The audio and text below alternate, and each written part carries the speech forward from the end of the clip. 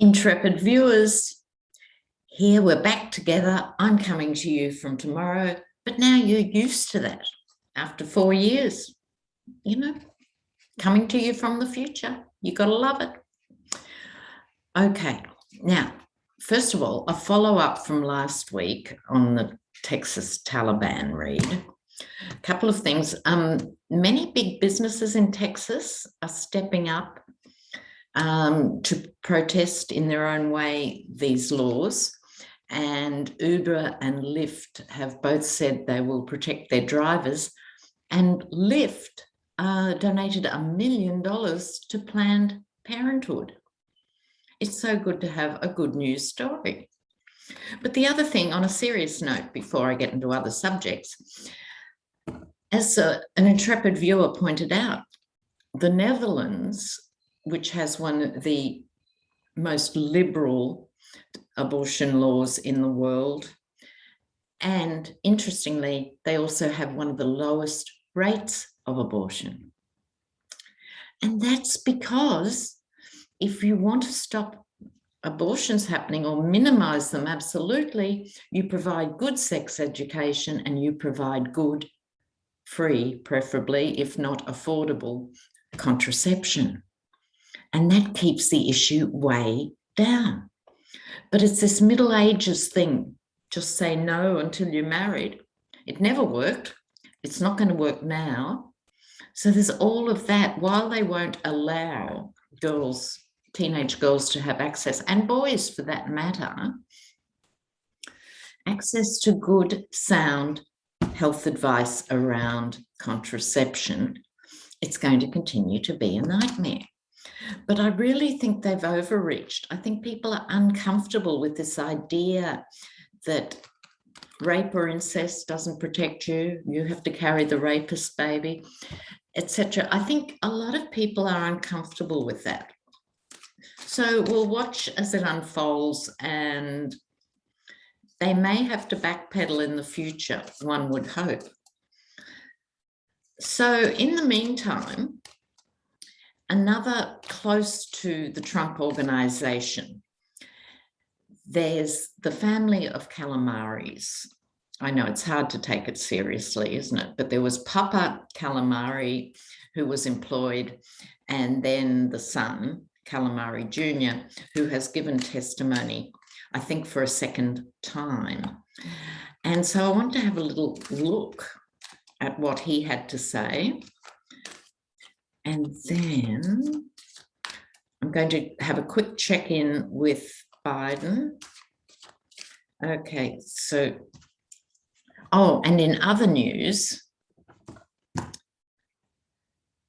what's his name? Michael Capps, he's a Republican from Kansas, has been charged 12 counts, including money laundering, and allegedly, he ran off with $450,000 that was designed for COVID relief for businesses.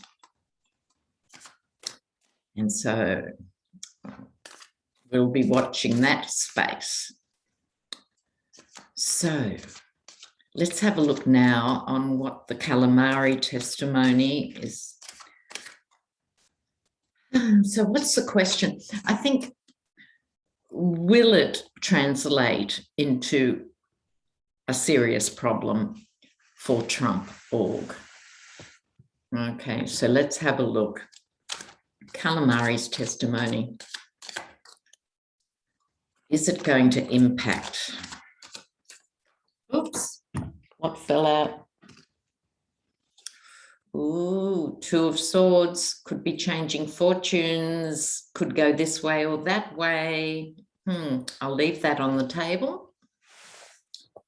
And now here are the other cards.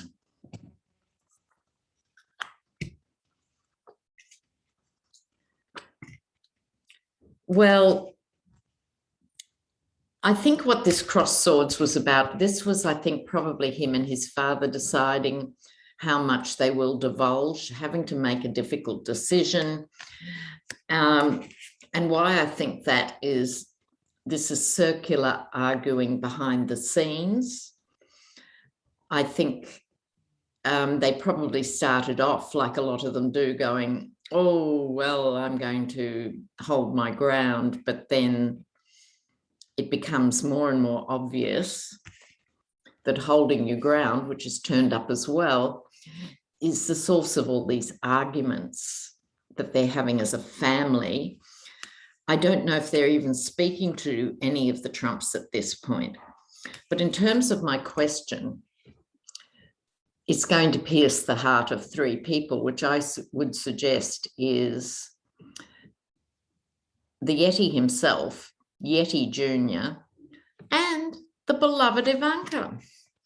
She's up to the back teeth in so many of these corrupt deals, right? Not just tax minimization, it is tax fraud. They are different things.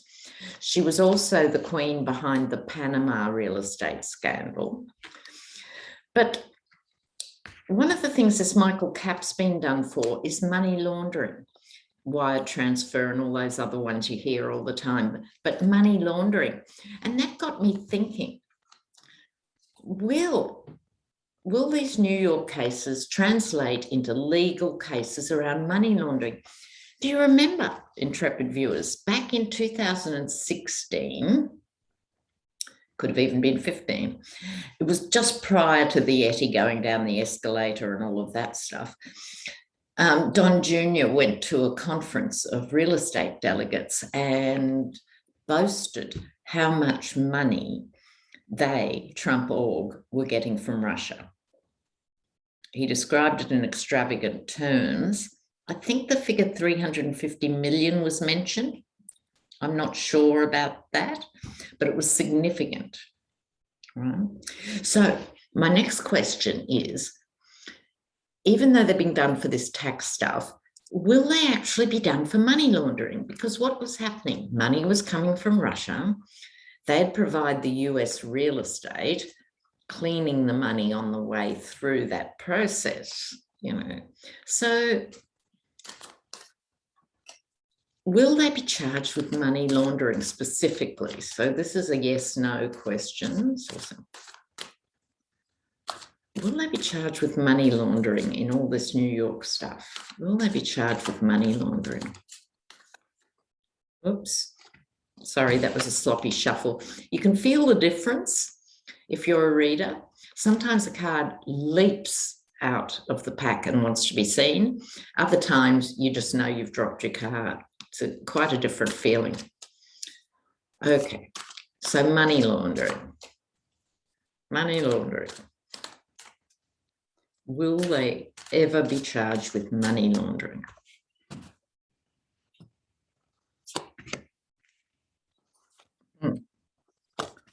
Ooh, oh, you wouldn't read about it. Yeah. I'm pleased with this. I thought, oh, maybe not. We'll have to be content with the Al Capone scenario as long as they get done for something. You know. No. Deeds in the dark. Right, this is the hermit. In other contexts, my COVID card, because we're all hermits. But in this, doing things in the dark, the other element is shining a light on things that have been done in the dark. Are you ready? The Justice card and the card of money laundering. The Six of Pentacles, the card of money laundering. Not with normal people. I stress again, when this is happening in, you know, for nice people, and I read for a lot of nice people. Oh, I love meeting you guys with reading. The cards have different slants, but for years, this is the card of money changing hands, and I'm not the only reader to say this is the money laundering card. Temperance then comes into it. This would speak to me as making a deal. Perhaps one of them making a deal about the issue of money laundering. I'm quite pleased with that. I hope that is the case. Fingers crossed on that one, beloved viewers. All right, now, I've had queries about Liz Cheney because she's hugely instrumental in this January 6th inquiry. I think I read on her a while ago, or it might have been when I was on a collaboration. So I'm going to have a little looky here about Liz Cheney. And speaking of collaborations, before I forget, your Sunday in America, which is the 12th, a couple of days from now, 8 p.m. Eastern Standard Time, Sunday the 12th, I'm on with Johnny, Becca, I think Jen Lynn, and it's going to be on Becca's channel, and her channel is the House of Lenormand, L-E Normand, with a D on the end. Okay, so if you can join us, please do. Okay, so we'll have a quick look at Liz Cheney. So what's our question, viewers?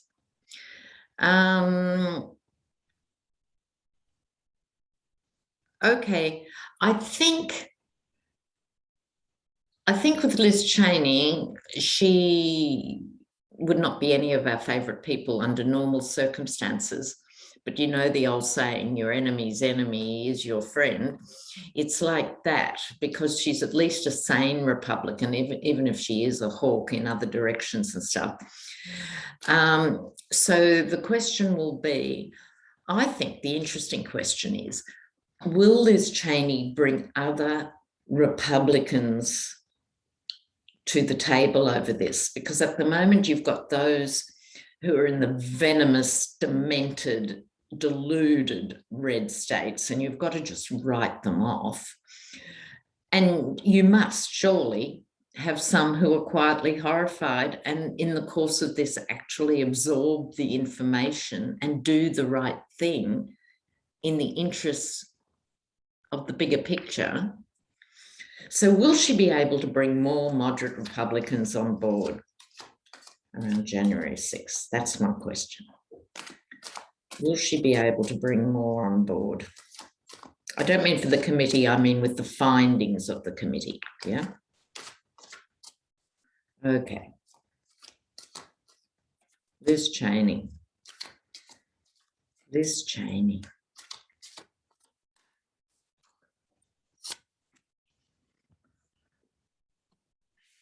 Of Pentacles. Oh, okay. I'm quite happy about that. I think to a certain extent, she's got to write off the greedy ones who are just out for themselves. This is the King of Pentacles. This represents the higher ups of Republicans in states who should know better, who have turned their back on real patriotism and hidden under the skirts of the Yeti, you know, who have prepared to sell their soul to that man. Right. I think she has to write them off, and I think she is writing them off. She's working with the others. The lovers represents a coming together. I'm very happy to see it here. Further, the Page of Wands, my Obama card back in the day. Okay, the Page of Wands has the ability to speak to people and to change people's minds. The most mature of the pages. So it's also suggesting some of the younger leaders will listen, as opposed to the older ones who are set in their ways and entrenched in their own corruption and self-serving natures and so on. I think this is speaking to the young ones. I think she'll have an affiliation with younger Republicans, which is only a good thing, about moving to a safer place, and I would say a saner place. Okay. So go Liz Cheney, not my favourite person in the world, but sometimes it's really, really important to have that voice. Okay, now, before I move to Biden, I want to have a competition with you guys. And the winner can have a free reading with moi. Have fun. Okay, so here's the competition. Everyone knows how hard it is to argue with zombies, right? You know, they live in their own echo chambers. They're no longer reasonable people, if they ever were. And if you're a blue dot in a red sea, how hard is it? So what happens is, because I grew up as a blue dot in a red sea here in Australia, and I know. So what happens is, when people are calling out all this mad stuff, you either shut up in order to cope with your day-to-day life, or you leave that place. And either way, they don't get challenged and they don't change, right? So if you're a blue dot in a red sea, my sympathies go out to you, because you don't want to have these same stupid arguments with your hairdresser and your mechanic and your husband or your girlfriend, or it's too exhausting. So the competition is about, what would you like to say to these people? What would you really like to say? So if they were strapped to a chair and had to listen, as opposed to, you know, carrying on, what is it you'd like to say but can't say? Does that make sense? So have a think. The title of the competition is Arguing with Zombies. What's the best thing to say to them? Bear in mind, this is a fantasy game, so you can say what you like, what you really, really like to say. Okay? And let's see what turns up in the comments. It'll be fabulous. Can't wait. Okay? And then at some point in the next week or two, I'll decide a winner and they will get a free reading. Okay? Deal? Awesome. Okay. Oh. Now, dear old Joe, I just saw today that he's turned around a bit. He's been trying to be reasonable, the father of the nation, and really softly encouraging people to be vaccinated and to be sensible. And his tone has turned, and I don't think that's a bad thing. So he's laying it out. The reason that the economy and everything else is so stressed is because without high enough vaccination rates, the economy can't open properly. So we're seeing that other meatier side of Joe Biden. So I'm just going to have a general look at him, because he is under massive stress for obvious reasons. So my question, I guess, for this is, what's his approach going forward? Is he going to sort of be more hardline for a while and come back to the middle, or is he going to stay out there? Or what's his tone going to be going forward?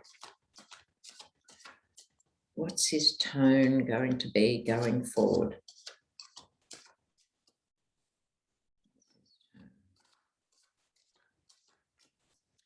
Okay.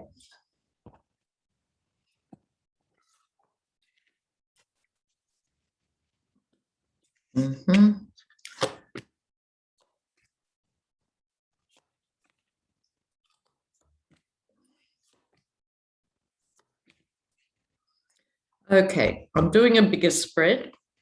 So in the middle, we have the signifier. So he knows the economy's in trouble if you can't open. This is, the whole world is wrestling with this issue, right? So that's at the center of his thinking. Right. So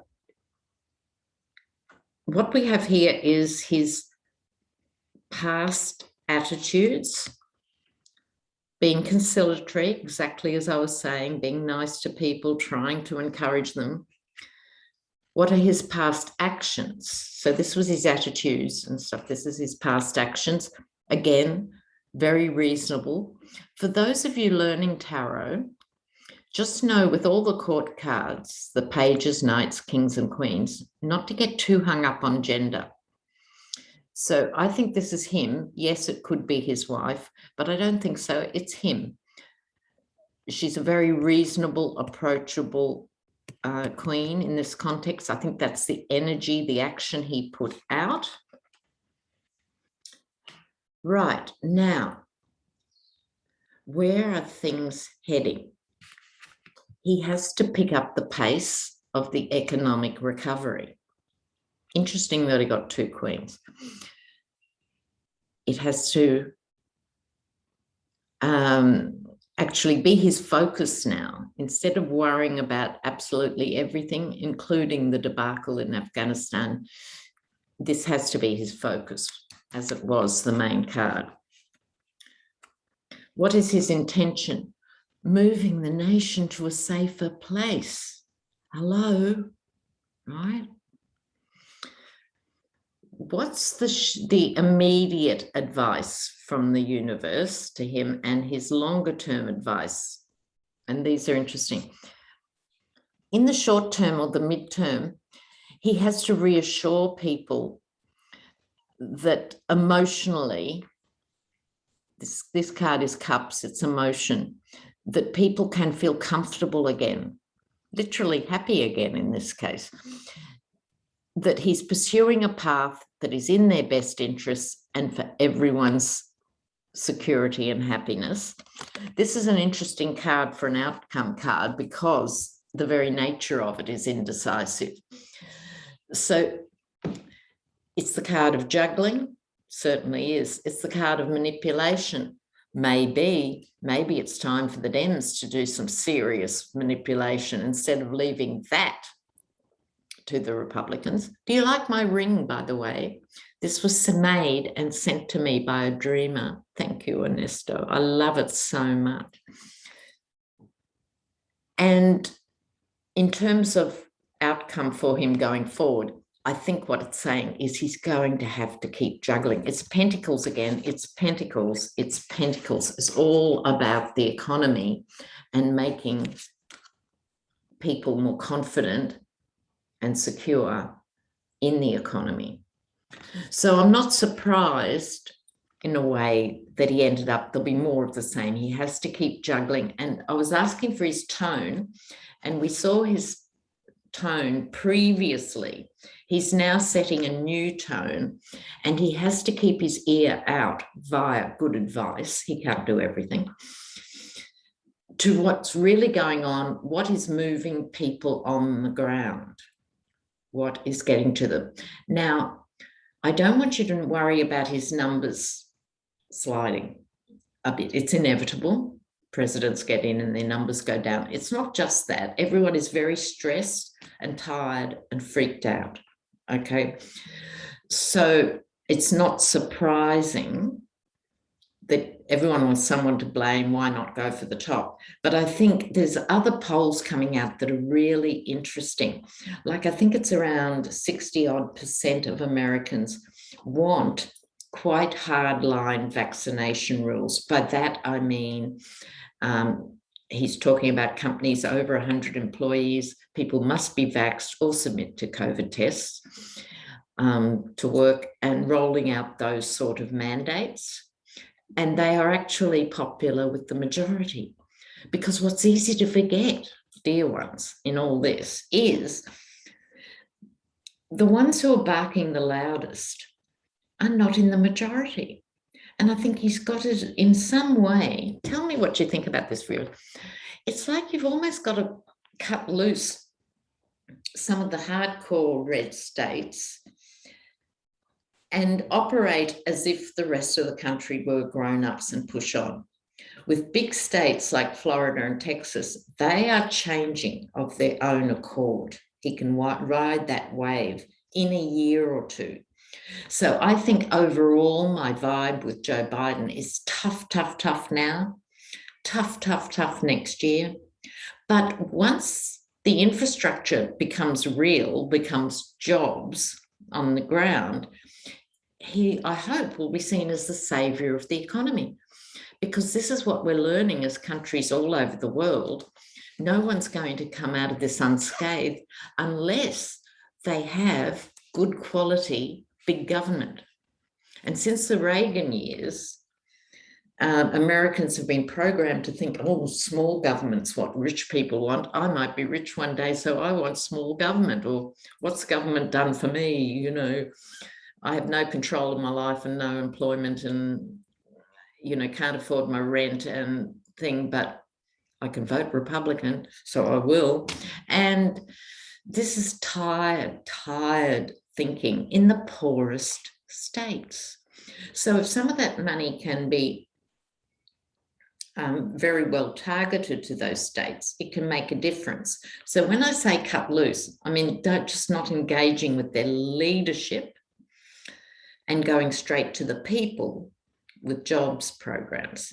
And I think the other thing I really believe is there's top-notch Democrats are emerging in some of these more conservative places. Sometimes they're not good, so you get the cinemas and the mansions, but there are other really good candidates, you know, like Connell Lamb was one, Richard O'Heta, I think his name is pronounced, in West Virginia or somewhere, who's brilliant, who's an ex-serving representative and fabulous. And I think, you know, we've just got to get through this next period of time. And we do that by supporting each other and looking after yourselves. And you must do that. Do it for Auntie. Be kind to yourself and be kind to others. So guys, I'll see you on Sunday. If you're from another country, you have to calculate what that is. What time did I say it was? I think it was 8 o'clock Eastern Standard Time. So that's it for now. See you next time. Don't forget the competition. What's your best technique for arguing with zombies? I want to hear it. Bye.